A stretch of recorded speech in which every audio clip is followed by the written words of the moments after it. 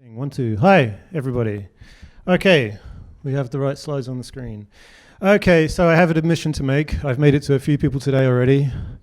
I was billed to to talk about the history of ClimateAction.tech, and what I discovered when I tried to figure out the history of ClimateAction.tech is that history is really, really hard.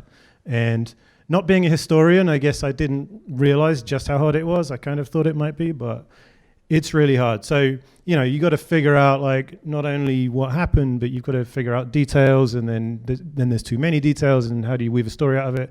So what I ended up with was just the results of that research and looking back, and it turned out to be kind of an origin story because there's a lot that happens at the beginning. So hopefully that's going to be interesting.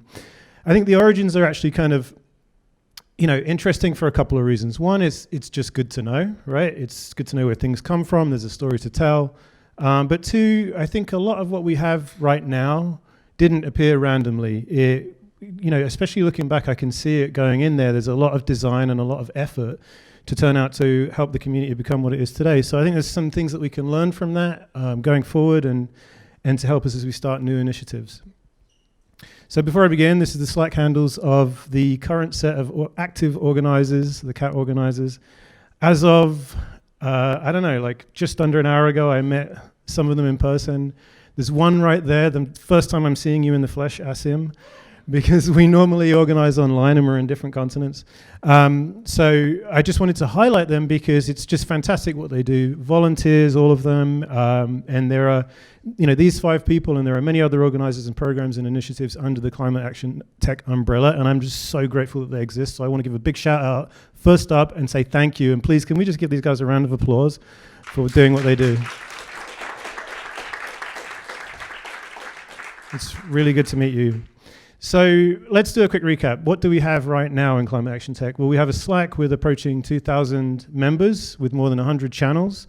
In there we have tech sector professionals from across the globe who meet, learn, discuss, and take action on the climate crisis. We have an array of projects and programs and activities, often decentralized and organized differently, but there's a lot that's emerged from this community, including things like the digital climate strike, where we brought together companies and over 10,000 websites in support of the global strike in the autumn of last year.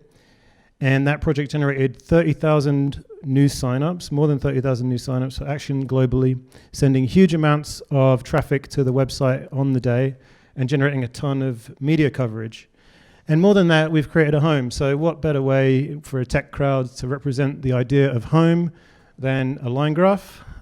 This is the Slack analytics since 2017. I'll take a second to just talk about what you're seeing here. So that's when we started. That's when ClimateAction.tech began, was in March 13th, 2017. And you can see there's a little bump at the beginning there. That was when we organized for the People's Climate March in 2017. I'm going to give you more details on these stories in a minute, but I just want to give a sense of the movement. At the beginning, it's all very close to the bottom. There's 10, 15, 20, 30, 40 active people at a time. There are a couple of little rises along the way where we're running these accelerator programs that I'm going to explain to you about. And then as you get later on, it really starts to pick up last year, especially as there's kind of just a more increased awareness generally in Western culture around climate. And I think a lot of people are asking, what can we do? What can we do connected to our communities? So that's a look at the way things have gone and the way things have picked up. But I'm going to talk now about what happened on the left, so just off the edge from what you can see there. So this is a snapshot of my email inbox on the 10th of March in that year, in 2017. This is where I was sending hundreds of emails to people that I didn't know. I was searching the web for contacts. I was mining LinkedIn. I was asking friends and colleagues if they knew techies who might be interested. And as you can see, many of the emails bounced. But what was the email about? Well, there was a climate march scheduled for April 29th in Washington, D.C. and in other locations in the US. And I wanted to, I thought we could use that event as a way to generate a new broad-based community within tech around climate. And I thought what was needed would be a crew of people that can say, look, we're technology professionals, we represent employees in tech, and that we as a contingent can be part of this. So I'll show you the email. This is one example email, and it's basically saying, hello person, let's get together for the climate march. Let's together under the same banner represent the tech industry as practitioners, so from the ground up. And I was really just finding people online and sending to things like social responsibility departments that often publish their email addresses online. And it's surprising how many people actually publish their email address, like their personal email addresses online. So there might be outspoken people who, express an opinion about climate, and then you can find their email address and then you contact them. So, I'm contacting these people and saying, hey, listen, can you circulate this within your company? So I'm very aware that a lot of people get a lot of spam, and I'm concerned with how to break through that noise. So I set the email up a certain way, and there's a lot I could actually say about this, but I'll just say the way the email begins, it says here, tech sector workers are coming together. So, it positions it as a thing that's already happening, although at the time, I'm essentially asking people to help me make it happen. But I have a lot of opinions about driving engagement in situations like that. People who know me know that I talk about it a lot. There's a lot I could dissect, but I'll abstain from that for now. But it worked, and we started getting nods from people, employees and household name tech companies. I feel a little squeamish sometimes about using the logos, but all I'm saying here is that employees from these companies joined into our crew. So it just gives a representation of where those employees work. And I think it's important psychologically that people can see these names, because people recognize these names often more than they know the individual employees in companies. And so as we add new names, you get this snowball effect. But right at the beginning, we really had one or two people from each of these. And here are some of those people. So this is going back to some of the original set of organizers. Now the timeline's fuzzy. Not all of these people were there in these first few weeks, but these are the people who were playing key roles very early on in the first few months at the very least, and often going for several years. So I want to say thanks to all of them. So we started off with this kickoff meeting where we laid out some thinking and we plotted a path forward, the idea being that we could attend the march, create an identity, linking us as tech workers advocating climate action, and use the march to meet each other and then bring new people in. And after that, we could start to meet and organize and to see what we could do going forward from there. And I said that, my reason for doing this is not something that I want to own. It's not something that I want to be in charge of or direct. It's something that I wanted to help instigate in our sector. I felt as though it was something that had been waiting to happen, and we just needed to, bring it to fruition. And then it would be community owned. It would be owned by the group and not by any one individual. And so it was important that the other organizers who bought into that idea too. And so for that reason, I hadn't chosen a name. I hadn't chosen a logo. I mean, we have one there, but at the time we didn't. And so here's a slide from a really old deck. This was shortly after, I guess, we chose the name to reflect the URL. I actually dug this out, I think, just today from a deck from 2017. And I think it was Sam pulled that logo from a stock image website. But yeah, our initial aim was to get the tech sector out for the march. That's step one. And this screenshot shows you the main organizers' website from the people who were organizing the main march. Now, the march organizers in the distributed era, they do this kind of, in the digital era, they do this kind of distributed organizing thing where, if you take like a Greenpeace that's been around for a long time, that an organization like that has employees dotted around the world who are, it has a large number of employees and it has a high cost footprint. But if you take like a 350 or a People's Climate March, they'll have a much smaller number of employees and they'll spend their time enabling localized hubs and setting up resources so that people can, in a more decentralized fashion, create their own hubs, and that's more cost efficient. That's a thing that we knew about because we had been helping out some of us with setting up some of the regional hubs. So this is the Chicago hub for the People's Climate March. And we asked the organizers of the People's Climate March whether we could have our own subdomain. So this is techsector.peoplesclimate.org. And as you can see, we threw it together pretty quickly. What does it say? Represent tech, build the movement, feel the energy. It's got this, the numbers are rising. But what it did allow you to do, the toolkit was really helpful because it allows you to allow people to sign up, which helps to expand our numbers. We set it up so that people could sign up to register interest either in coming to the march or in just in what we were doing generally, so that either way, whether they were willing to come to the march, they would be there for what we did next. And we made a start on things like self-description. And at the bottom, we plugged into this map, which helps people find the marches. And this was easy because at ThoughtWorks, we've been working on this map as volunteers in support of 350.org. This map allows event organizers to feed in different values when they embed it, and to customize it and customize its starting location and what kind of overlays it's going to have. So it's kind of multi-use map. And this is where it starts to get complicated, because like in any story, the starting point is quite arbitrary. You can always go back further. There are actually many possible starting points to this story. Which one you get depends on who you ask. So I want to rewind it a bit for a second.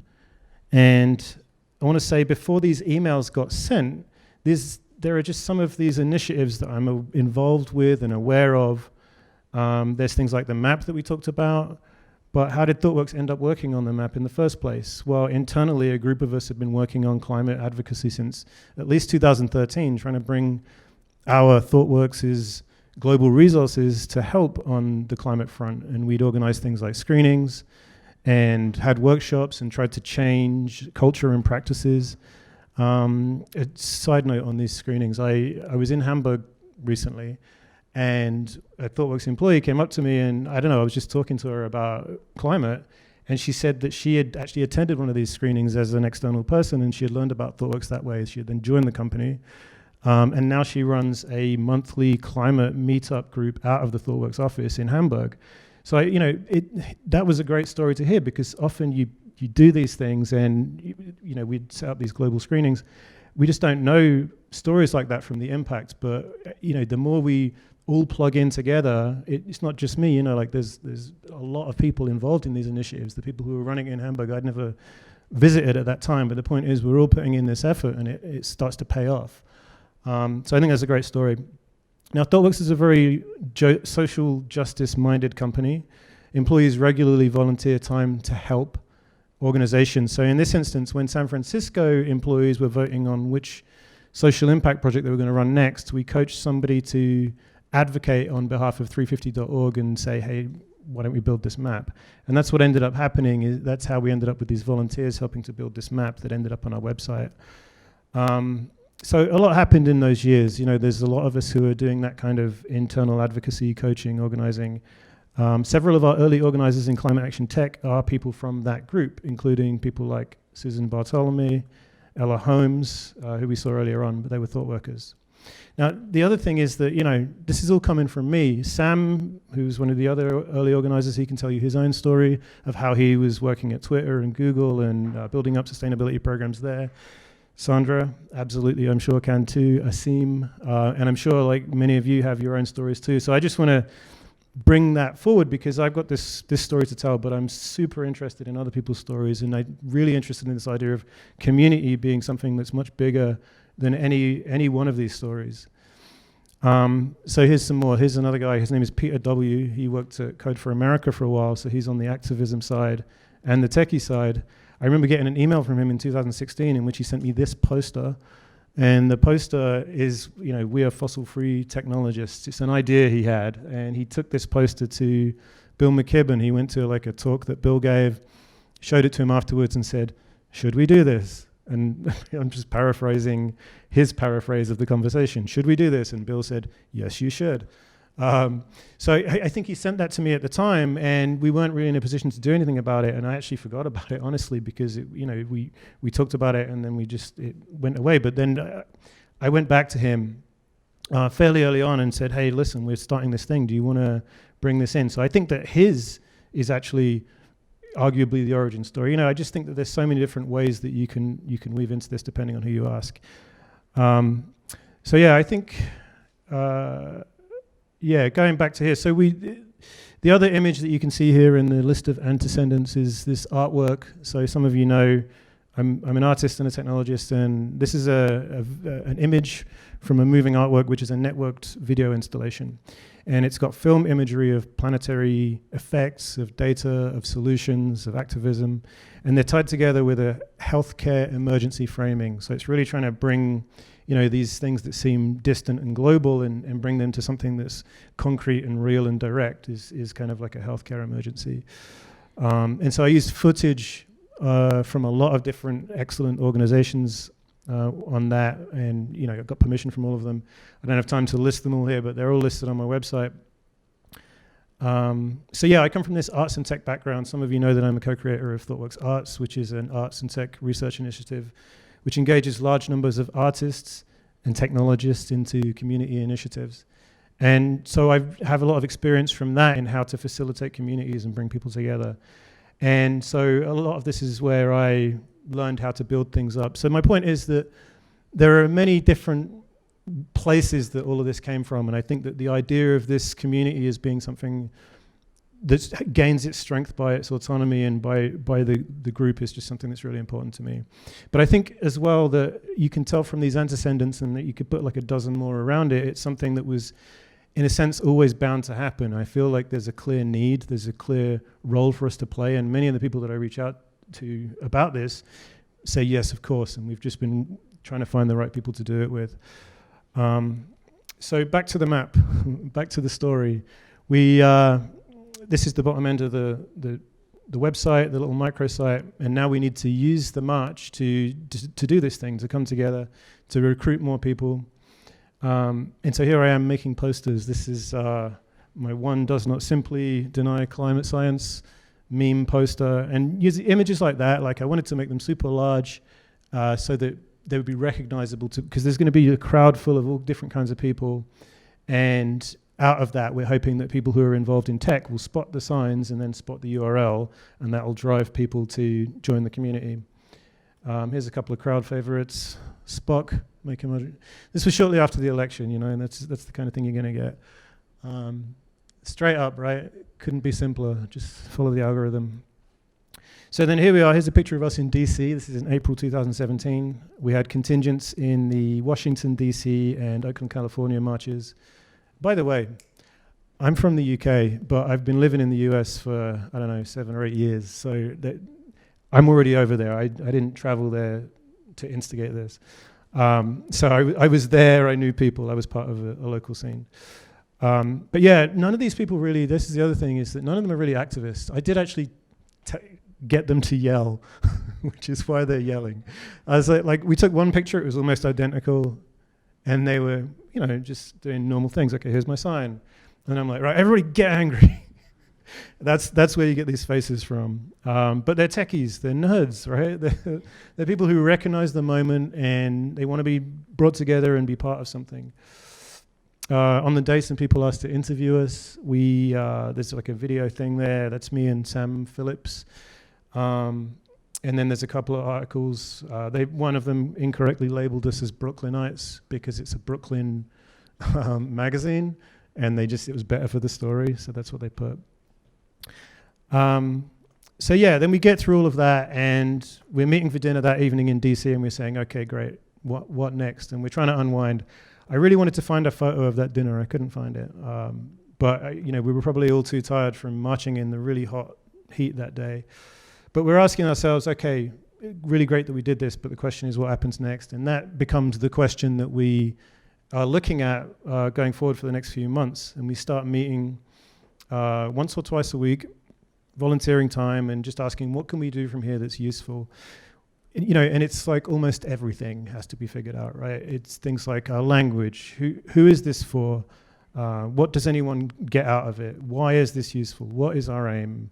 How do we explain ourselves? All of that kind of stuff. And with hindsight, in some ways, it kind of seems straightforward, even to me when I look back at it, as though it was predestined to turn out the way it's turned out here. But none of this was decided yet. And for example, we were talking about, I went back and found the original notes, and I can see that we were talking about things like creating an online hackerspace that people can create prototypes and ideas and share them, like techies can come together and hack on them. Making a marketplace where climate organizers with tech needs can go and find volunteers, or knowledge harvesting and researchers that can generate think pieces about how we ought to do things in tech. And there's still really only 6 or 7 of us, and we're all pulling in different directions at this point. So it's really wide and loose and a little ill-defined. One of the things that looking back, I can really see how pivotal this was meeting with Sam Burns.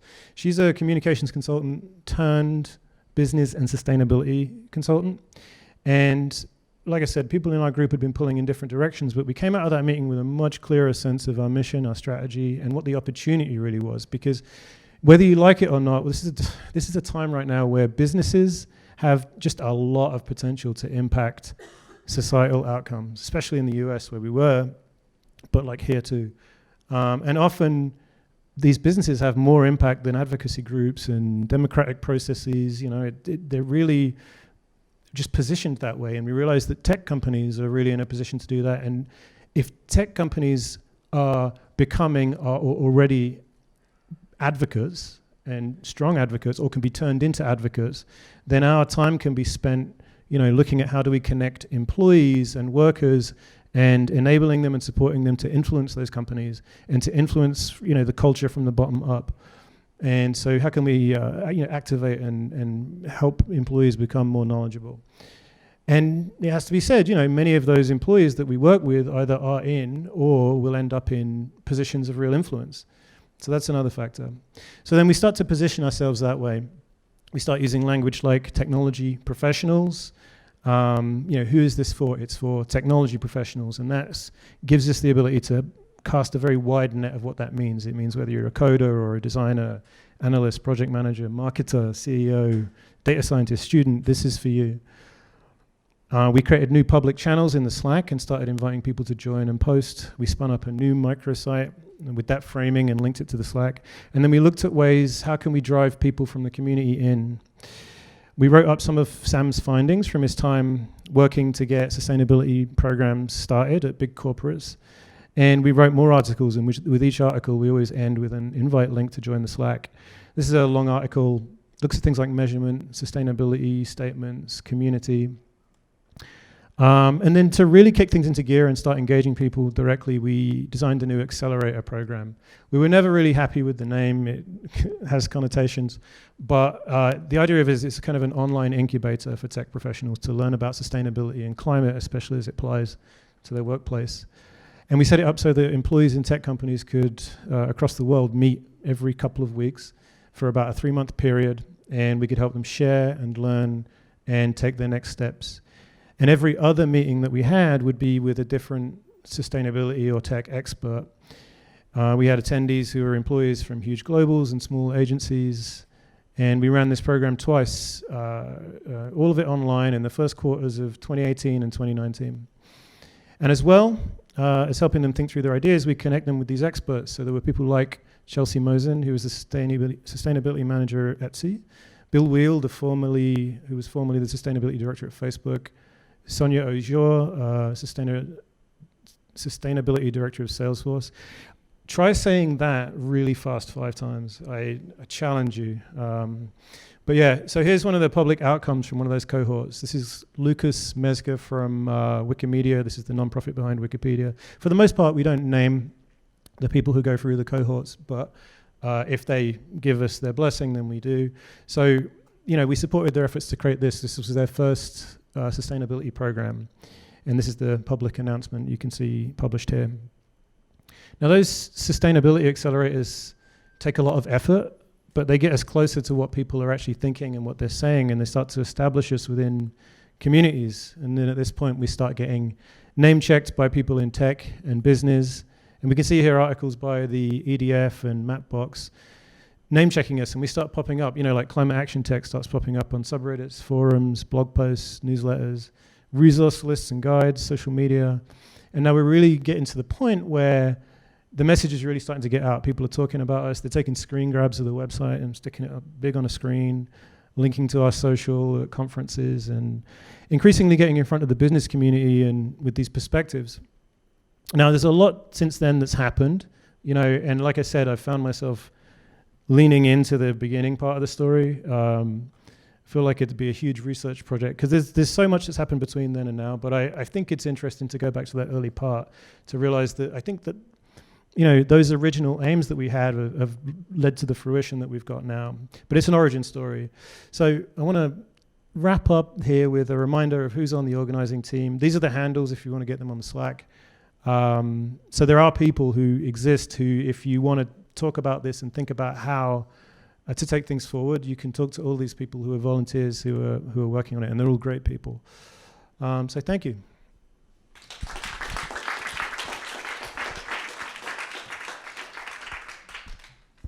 Questions? Does anybody have questions for Andy? My name is Laurence. I work mostly in the campaigning NGO sector, so it was really, really interesting to hear about how the project started. You almost got short too early. I was really getting into it, and it's like, but what happened since? Because that was a while back. That was 2017. So maybe my question would be, have your aims changed, and could you maybe summarize what your aims now are? Yeah, so the reason it felt like a fairly abrupt ending is because what you're experiencing is just like exactly what happened. Like, as I got closer to this talk, I was like, I've only got this far. Okay, we have to stop it there. Because I've just developed over the last 24 hours or 48 hours since I started putting this together, a huge respect for historians. Like, I didn't realize the job they do. But yeah, so I think our aims have remained somewhat similar. That moment with Pam Burns, it's kind of really interesting because everything I can see is kind of grown forward from there. In that we're still trying to support the tech sector, support tech workers, like a diverse and broad outreach of tech workers to advocate internally, to act externally, and to be enabled and empowered themselves. And I've realized that this is something that, like I mentioned, that I'm involved in other programs. This is really kind of permeating all of the programs that I run now, where I'm realizing that it's important to have people running programs like this that think at least as much about the programmatic development and how you enable others than on the projects themselves. I think that the projects themselves are important, and they're usually signifiers of things that you manage to instigate. But I think that programs are like platforms that generate projects and generate outcomes. And if you can focus on those, I think that you stand to have a greater impact. So I think that that's more of a personal perspective, but I think that translates through to how ClimateAction.tech runs, which is if we're empowering people in the industry, and if they feel like part of us and that this is their own and that they can take a screen grab and present it as their own, then I think we're doing well. Hi, Andy. Joe. I till recently have been doing sort of tech stuff in the arts world, so I'd be interested to talk to you about that perhaps separately. But now kind of in healthcare and startups. I was just interested about whether the Accelerator program is, you talked about how it worked in 2018, 2019. Did it come to a natural end? Is there something else brewing for this year? Yeah, I almost, if I could have planted a question, I would have planted that one. But I didn't. We haven't met. But yeah, so that, because it prompts me to say something that I forgot to say, which is that what's happened is you saw that growth curve, right? You know, the scale and the scope of the size of the community and the number of projects and the types of things that are happening has increased quite dramatically. And so we as organizers were able to invest that much time to be so hands-on with a small number of people early on. We wanted to, and we found it very rewarding, and the participants gave us great feedback. But, you know, it's just not something that's sustainable at scale for the core organizers who are looking over so much. You know, when you start getting to the point where you've got the climate strike stuff, I mean, it's just, it's too much. But one of the things that we all would really like to see happen is for programs like that to be adopted by subgroups within the community, because those of us who are elected to run that didn't have the experience, and we knew we didn't have we had to use our network to try and bring in experts to help deliver experience to the cohort. We saw ourselves more as facilitators. So we don't need people who already have like a wealth of experience in sustainability and tech. What we need is people who are good at coordinating and helping people learn, or at least interested in the subject enough to help prod people along. I think that we were a somewhat ragtag group, just taking it upon ourselves to try and funnel people through this process. So we're not planning to run another one. There's two ways it could go. One is if other people would be willing to help run another for other people. The other would be if we can figure out something of a more like low commitment, distributed learning version that we can still plug our network connections and resources into, but that would be a little more community owned, and that we would not have, because with that previous one, we're doing a lot of upfront work. So if anybody is interested in helping bring those things into fruition, let me know. Another version, sorry, just one more, I'm running out of time, but like there's a bunch of people, that one of the things we have now is a network of connections to people who are in self-elected green teams. And often the self-elected ones are the ones that are like really pushing.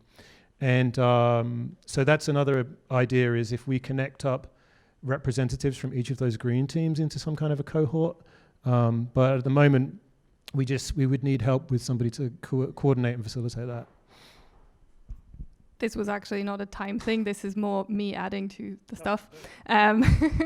So as probably all of you know, Earth Day is coming up, and it's the 50th anniversary. So in the organizer team, we've been talking about different actions that we could offer the community for Earth Day, and spanning it over to actually the entire month of April to give people the opportunity to dip into different actions and do one action. Like, for example, one of them is setting up a green team if your company doesn't have one yet. There's one that we want to run on building an emissions dashboard for your company. There's a bunch of different initiatives that we have in mind. We still need volunteers, and we still need we need to get it off the ground and up and running. But yeah, if you want to get involved in that, please just message me or Heather or Seem anytime. That's that. Were there more questions? Hi there. I'm not entirely sure how is it connected to what you just said, but how do you understand and what do you have to tell about tracking progress when it comes to sustainability within a company? There is already there is those I'm not entirely sure if they're Dutch, but Scandinavian group called Ducky. So what they have is that very nice platform which is trying to do exactly that, track and monitor and sort of create this initiative among companies of all kinds to do better and be more sustainable within their company. Have you anything to add? Or?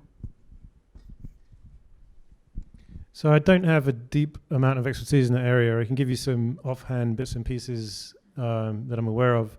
I think, choice of platform is quite low down the line in terms of where you would go to if you weren't sure where to begin. I think that the advice that I have been given by some Chelsea Mosen, actually, who is just like fantastic with this stuff. She's the sustainability manager at Etsy. Is the idea that it's more a matter of how do you develop the internal culture to generate the place where people are making these decisions. And so I'm sorry if that's not quite the answer to your question, but it's this idea that sorry. Well, maybe, but it's more often in these companies, the leadership want to see these outcomes, right? If you stop them and ask them about a specific issue like climate, they say, well, of course, yeah, it would be great. We'd like to be more sustainable. We'd like to take more of a stand, but then there's, pressures on their time and economic pressures and blah, blah, blah. So there's, where she drives the focus is to how do you develop programmatically so that you can nudge the leadership of a company to take on one bite at a time. Because if most companies, even small companies, that's a hard question, because you've got so many different potential avenues of electricity use and travel, and each company has a different profile. What you need before you can even begin thinking about platforms is an assessment of what your profile is like, so you have a rough sense of where your emissions lie. And so in order to get that, it's actually like a lower commitment than you might imagine. What you need is somebody with a certain amount of expertise to spend a small amount of time analyzing your company. So after that, so she has recommendations like, for example, engaging people for very short periods of time, including like students, grad students and stuff like that. I'm not going to... The point is that you could do like a cheap version first, and then, okay, that cheap version maybe doesn't give you all the analysis you need to really go forward, but it starts the ball rolling on an idea. And so there's a strategy associated with that if anyone's interested in, I can bring more of that to you. But so I don't have any knowledge of platforms and where you would take it from there. But loads of people in Climate Action Tech do. There's a channel called Ask Anything, and I guarantee if you ask that question, you're going to get like a ton of responses. So I would absolutely recommend that. Yeah. Cool. Thank you, Andy. Thank you all.